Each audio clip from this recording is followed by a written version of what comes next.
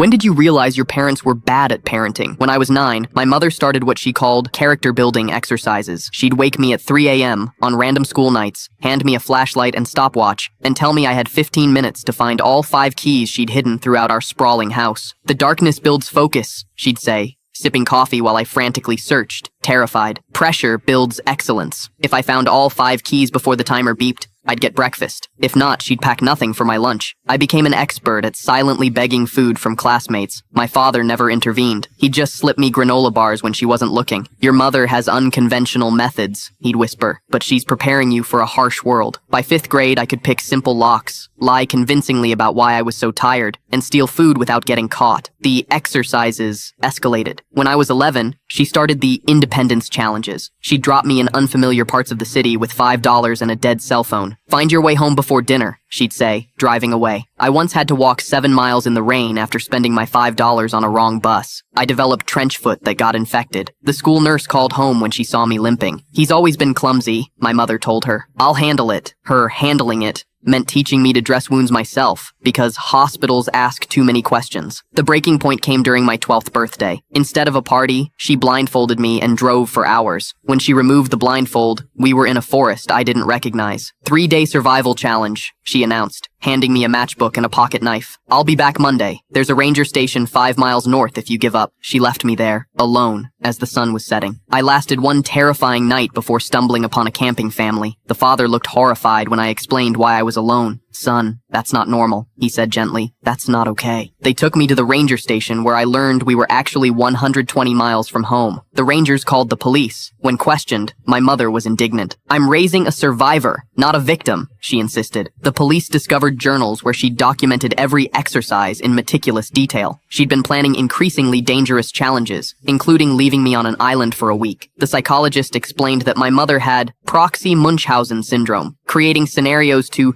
rescue me from to feel important. My father was charged with negligence. I lived with my aunt for 2 years. She cried the first time she saw me make a food stash under my bed. "You don't need to hide food here," she said. "You'll never go hungry as punishment again." I'm 22 now. My mother still sends me survival tips in birthday cards. My father calls monthly to apologize. Last year, I became an emergency response volunteer. The coordinator praised my unusual calmness in crisis situations. Sometimes I still wake up at 3 a.m., heart racing, thinking I hear a stopwatch beeping. My roommate keeps the pantry stocked and visible. That camping family still sends me Christmas cards. The father taught me how to fish properly last summer. "This is how it should have been," he said. I'm studying child psychology now, not to understand my mother, but to recognize children like me. Because the most insidious thing about bad parenting is how long it takes to realize it